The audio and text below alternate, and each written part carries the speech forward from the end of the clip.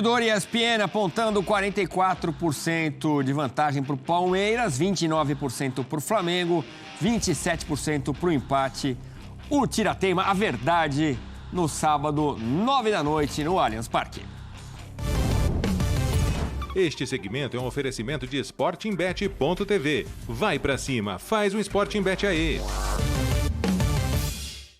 Já já a gente vai falar do Palmeiras, que pode ter a volta de um jogador importante, mas antes vamos ver como foi a chegada do Flamengo a São Paulo. O Mendel Bidlovski acompanhou, um astro do time não está no elenco, hein?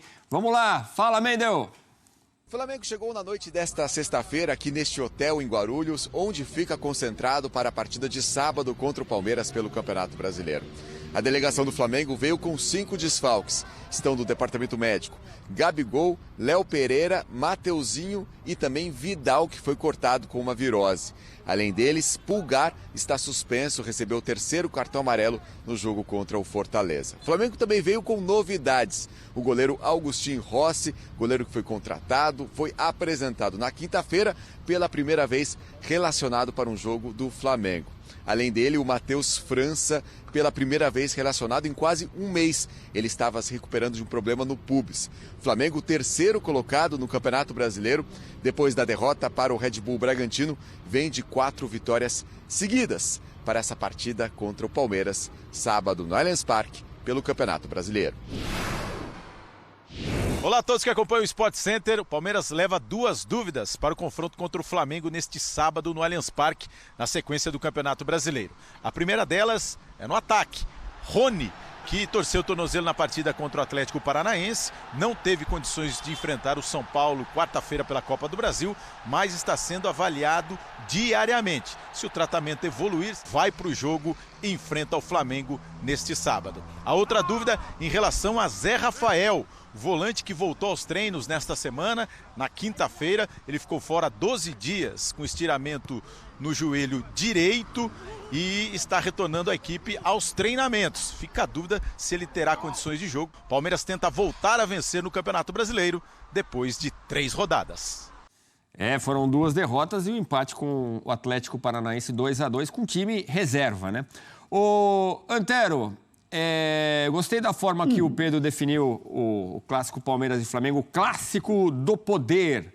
Se fosse manchete aqui de jornal, Flamengo sem Gabigol, o Palmeiras possivelmente com o Rony, mas também com o Zé Rafael voltando, que seria uma grande notícia para o torcedor alviverde. Faz falta ali na marcação. De qualquer forma, são 2 grandes elencos. É a perspectiva aí que a gente tem de um grande jogo mais uma vez, né? Sim, eu começo um pouquinho ainda a respeito desse papo da Leila e também do Brás. Bom, vamos lá. A presidente do Palmeiras fez a parte dela, que é defender seu clube, isso é rotineiro, né? E ao mesmo tempo aquela pressão que todos fazem com relação à arbitragem, sobretudo no momento de instabilidade. E ela não se referiu em nenhum momento ao Flamengo.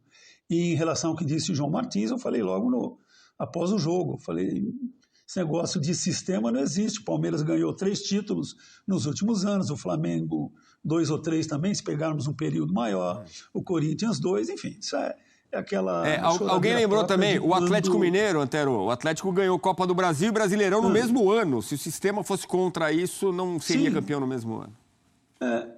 E o Cruzeiro foi bi também, então vamos esquecer isso. Agora, o Brás também não tinha nada de entrar no mérito. Não foi tocado nada em respeito ao time dele. Segue o jogo, que eu acho mais interessante, mais bacana.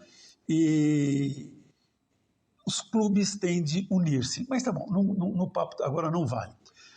Gabigol, ausência sentida. E o Gabigol se dá bem contra o Palmeiras. Ou se não se der bem, ele assusta qualquer time adversário. O Pulgar também, já que é um jogador que tem sido muito bem aproveitado, mas ali ele tem o Thiago Maia, tem o Gerson, que vem jogando bem, tem o Vitor Hugo. Então são jogadores que dão conta do recado em marcação. Palmeiras há uma certa dúvida se terá 3 zagueiros ou não, se o Luan fica um pouco mais à frente, como aconteceu de certa forma, ou se voltam o Zé Rafael e o Rony. A tendência do Abel é colocar força máxima ou disponível nesses 2 próximos jogos. Lembra que ontem eu falei de encruzilhada. Ele sabe disso.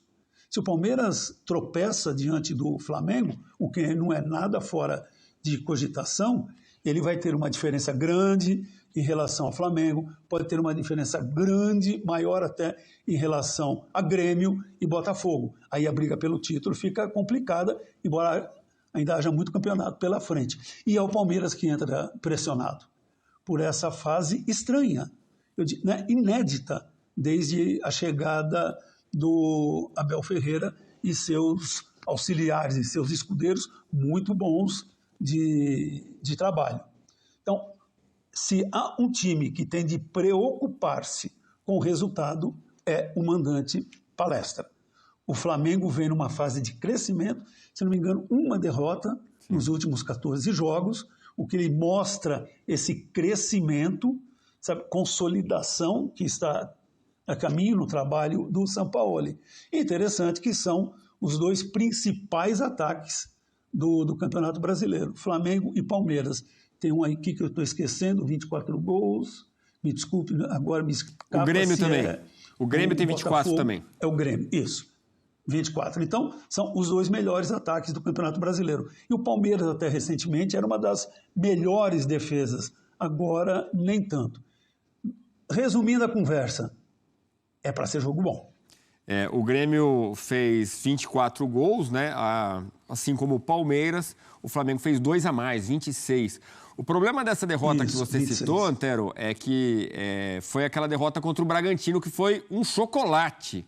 E muita gente atribuiu a uma deficiência física do Flamengo, depois de uma exigência na data FIFA, e que agora isso passou, agora o time está bem fisicamente. Vamos ver. A verdade é que esse jogo é um tira-teima. O Flamengo vem bem, depois de vencer Fortaleza, Atlético Paranaense, 2 times bem conceituados, bons times, né? Que a gente sabe. Agora, você acha que tem esse sabor desse clássico do poder? O palmeirense olha e fala, é o Flamengo. O rubro-negro olha e fala, é o Palmeiras. Isso vai a campo nesse sábado para você? Vai, claro que vai.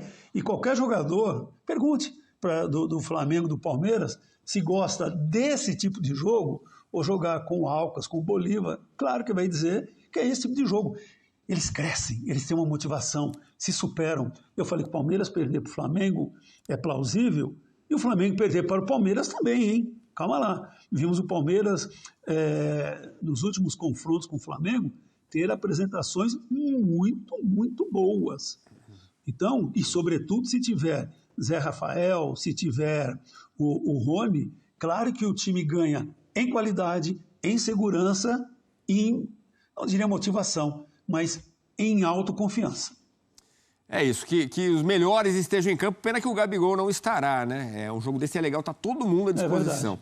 Agora, é uma rodada espetacular, essa 14. A gente tem líder contra vice-líder, que a gente citou, né? Grêmio e Botafogo. Botafogo líder, Grêmio vice-líder. Aí o terceiro colocado, Flamengo, e o quarto colocado, Palmeiras, se enfrentando. Primeiro contra segundo, terceiro contra quarto. E tem mais jogos bons que a gente vai citar aqui ainda no Sport Center. Muitos. Valeu, Anterito. Um grande abraço, bom descanso, bom fim de semana, meu parceiro. Obrigado. E segunda-feira, se Deus quiser, estaremos juntos novamente, eu e você. E o palpitão tá anotado aqui. Você colocou Grêmio mesmo. O meu também tá aqui, ó. E o Elton Serra colocou aqui, Grêmio e Botafogo empate. Valeu, Terito. Beijão. Vamos lá. Tchau, tchau.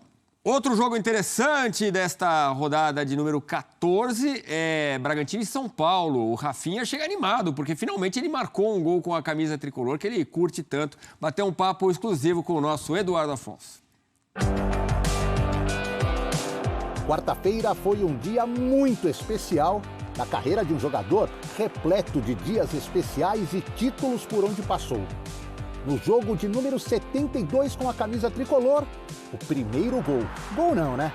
Golaço. Por mais que Rodrigo Nestor tenha tentado, na comemoração, dar uma sacaneada. Você sabe, só por isso que você na gaveta, não ia nada, ia pra escanteio. Os moleques estavam tirando sarro comigo, moleque, pô, falei, você tava sem confiança com o meu chute. E que hora que eu fui chutar, parece que alguém tava até pedindo pra me tocar. Toca, toca. Aí eu resolvi arriscar e o Nestor pega no meu pé mesmo. Foi um gol para a esposa Fernanda, para a família. Foi um gol de torcedor tricolor dentro de campo, algo que Rafinha nunca escondeu. Foi muito importante para minha carreira, para minha vida. Eu estou chegando no fim da minha carreira e marcar assim com a camisa do São Paulo, né? Tudo que é do clube do meu coração. Num momento tão importante que era um clássico, foi o clássico contra o Palmeiras, né? Para uma competição importante. E claro, no Morumbi, casa cheia diante do nosso torcedor. E aí, naquele momento ali, né, foi um momento ali que eu pude extravasar mesmo, porque fazia tempo que eu não fazia um gol, e um gol bonito. Rafinha, aos 37 anos, está feliz. A carreira foi repleta de bons momentos. Sou um cara privilegiado por todos os momentos que eu vi na minha carreira, por chegar onde eu consegui chegar. E assim, até hoje com 37, estar jogando no São Paulo. Eu quero conquistar um título pelo São Paulo, quero ser campeão aqui. Então essa é a minha ambição, esse é o meu projeto, esse é o meu plano. E com a camisa do clube do meu coração, do meu time, acho que ia ser um prêmio maior para mim. O contrato de Rafinha com o Tricolor termina este ano, mas ele ainda se imagina jogando um pouco mais. Vou te contar um segredo, que o Felipe Luiz quer ser o treinador e ele quer que eu seja auxiliar dele, né? Vamos ver se a gente consegue isso aí. Boa, hein? Uma boa. Pro futuro, quem sabe. Pelo Brasileirão, Rafinha deve ser poupado. Afinal de contas, quinta-feira que vem tem jogo decisivo contra o Palmeiras pela Copa do Brasil. Hora de ver em campo promessas, jogadores que aguardam oportunidade e outros que pela primeira vez deverão ser relacionados por Dorival Júnior, como Wellington e Alexandre Pato.